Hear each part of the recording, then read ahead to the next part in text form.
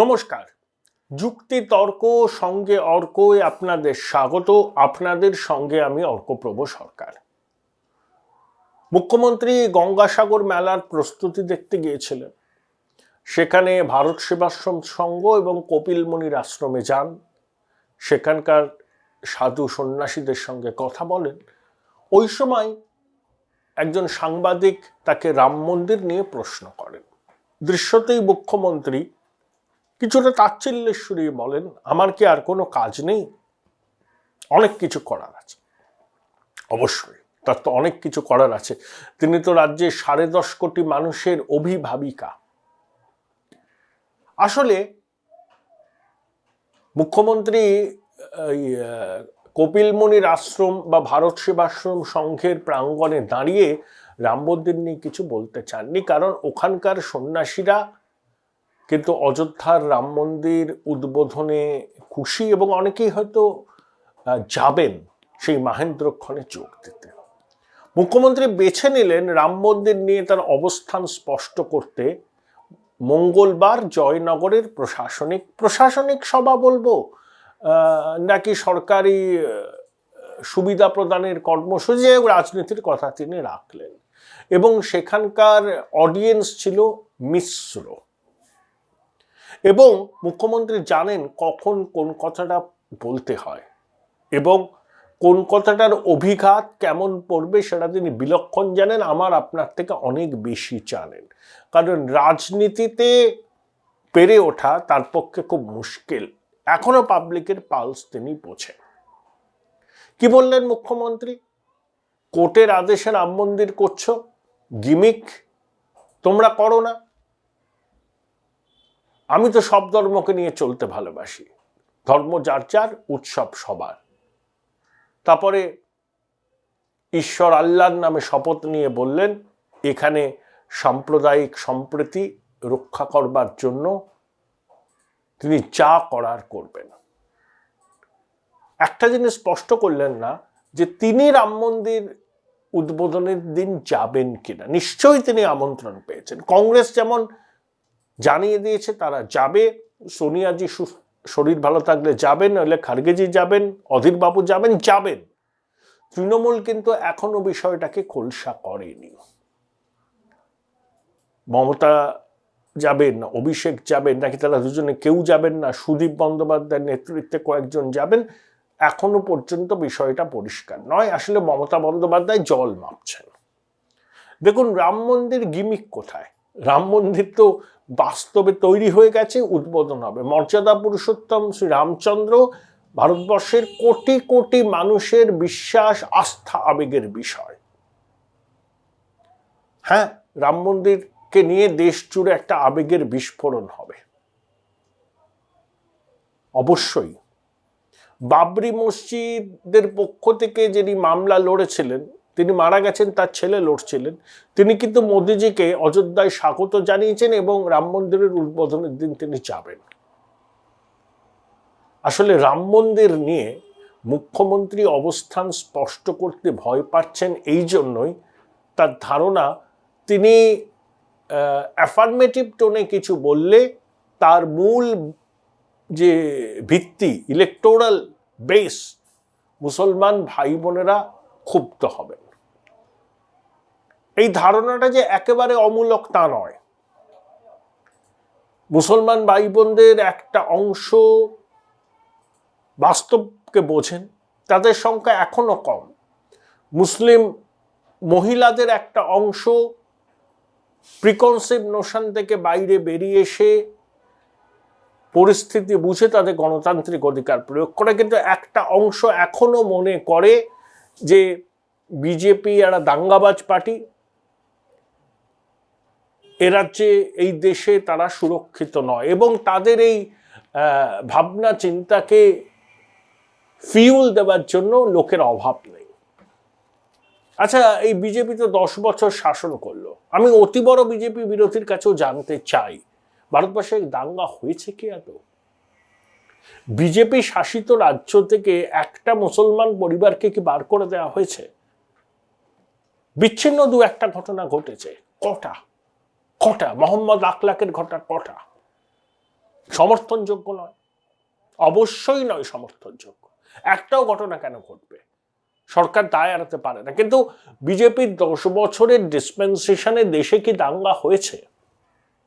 Join Indian Institute of Hotel Management now. Right choice, right decision.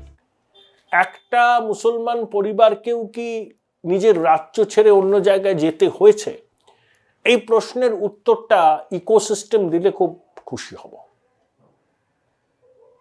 আপনি রাম মন্দিরের উদ্বোধনে যাবেন কি যাবেন না সেটা আপনার বিষয়, আপনার দলের বিষয়, কিন্তু রাম মন্দিরকে আপনি গিমিক বলবেন,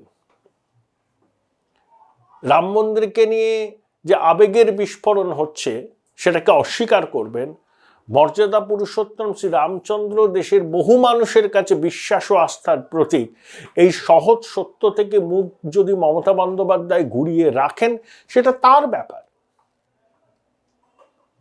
আপনি যাদের উদ্দেশ্যে, যাদেরকে খুশি রাখতে রাম মন্দিরকে নিয়ে এই অদ্ভুত নীরবতা, গিমিক এইসব বলছেন, তারা কি আপনার রাজনৈতিক অবস্থানকে খুব বিশ্বাস করে? তাদের একটা বড় অংশ আপনাকে আর বিশ্বাস করে না। সাগরদিঘির উপনির্বাচন সেটা চোখে আঙুল দিয়ে দেখিয়ে দিয়েছে। 50,000-এ জেতা আসন 23,000-এ হেরেছে। অতীতে আপনি বিজেপির সঙ্গে ঘর করেছেন 6 বছর, কেন্দ্রের রেলমন্ত্রী, দপ্তরবিহীন মন্ত্রী, কয়লা মন্ত্রী হয়েছেন।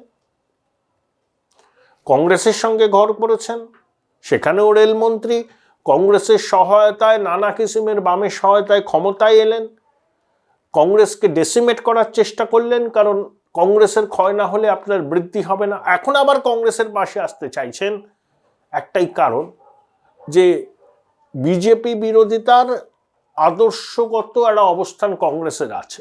কংগ্রেস কোনো অবস্থাতেই বিজেপির সঙ্গে যাবে না, তারা শূন্য হয়ে যেতে পারে, কিন্তু মতাদর্শগতভাবে তারা একটা অন্য বিকল্প মতাদর্শের কথা তুলে ধরে। বামেদের বিজেপি বিরোধিতা সার্টিফিকেট কারুর কাছে নেওয়ার দরকার নেই, কিন্তু আপনি বিজেপির সঙ্গে ঘর করেছেন, কংগ্রেসের সঙ্গে ঘর করেছেন, কংগ্রেসকে নিশ্চিহ্ন করার চেষ্টা করেছেন। এখন আবার বুঝতে পারছেন যে মুসলমান ভাই বোনদের একটা বড় অংশ আপনার চালাকি ধরে ফেলেছে, তাই এখন আবার কংগ্রেসের সঙ্গে হাত মেলাতে চাইছেন। জয়নগরের সবাই আপনি বামেদের বিরুদ্ধে বিষোদ্গার করেছেন, 34 বছরে খুন করেছে, এই করেছে, এগুলো আগেও বলেছেন, কিন্তু আবার হঠাৎ করে দেখলাম কংগ্রেস সম্পর্কে একটা কথা বললেন না। অতএব সংখ্যা মুসলমানদের একটা অংশকে আপনি বার্তা দিতে চাইছেন, কিন্তু মুসলমানদের একটা অংশ, মানে বড় অংশ কিন্তু আপনাকে বিশ্বাস করছে না। আপনি বিজেপি বিরোধিতা করছেন, রাজ্যসভায় স্পর্শকাতর বিল পেশ হলে ওয়াকআউট করে সংখ্যা কমিয়ে দেন।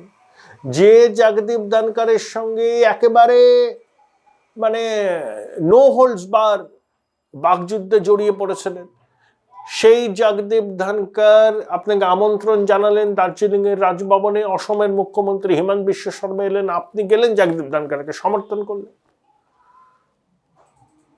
এগুলো কিসের ইঙ্গিত পাই? যেখানে যেমন সেখানে তেমন, যখন যেমন তখন তেমন। একটা রাজনৈতিক দলের নির্দিষ্ট নীতি আদর্শ না থাকলে যা হয় তার জলজান্ত উদাহরণ হচ্ছে তৃণমূল কংগ্রেস। সিপিএম বিরোধীদেরকে জন্ম, সিপিএম বিরোধিতাকে পুঁজি করে ক্ষমতায় আসা, সিপিএম ক্ষয়িষ্ণু হয়ে যাওয়ায় সেভাবে কোনো রাজনৈতিক মতাদর্শ তৈরি হয়নি। তাই মমতা বন্দ্যোপাধ্যায় একটা অংশকে খুশি করার জন্য রাম মন্দিরকে গিমিক বলতে পারেন। রাম মন্দিরের উদ্বোধনী অনুষ্ঠানে তিনি তার এয়ার অ্যাপারেন্ট বা তার দলের কোনো শীর্ষ নেতা যাবেন কিনা সেটা নিয়েও একটা অদ্ভুত নীরবতা বজায় রেখেছেন। মানুষ আপনার চালাকিটা ধরে ফেলেছে। এটা হচ্ছে আপনার শাকের করাতের অবস্থা। আপনি শেষ মুহূর্ত পর্যন্ত এই ডাইলেমাতে থাকবেন, যাবো কি যাব না, যাবো কি যাব না। একেবারে শেষ মুহূর্তে সিদ্ধান্ত নেবেন ভোটের অঙ্ক মাথায় রেখে।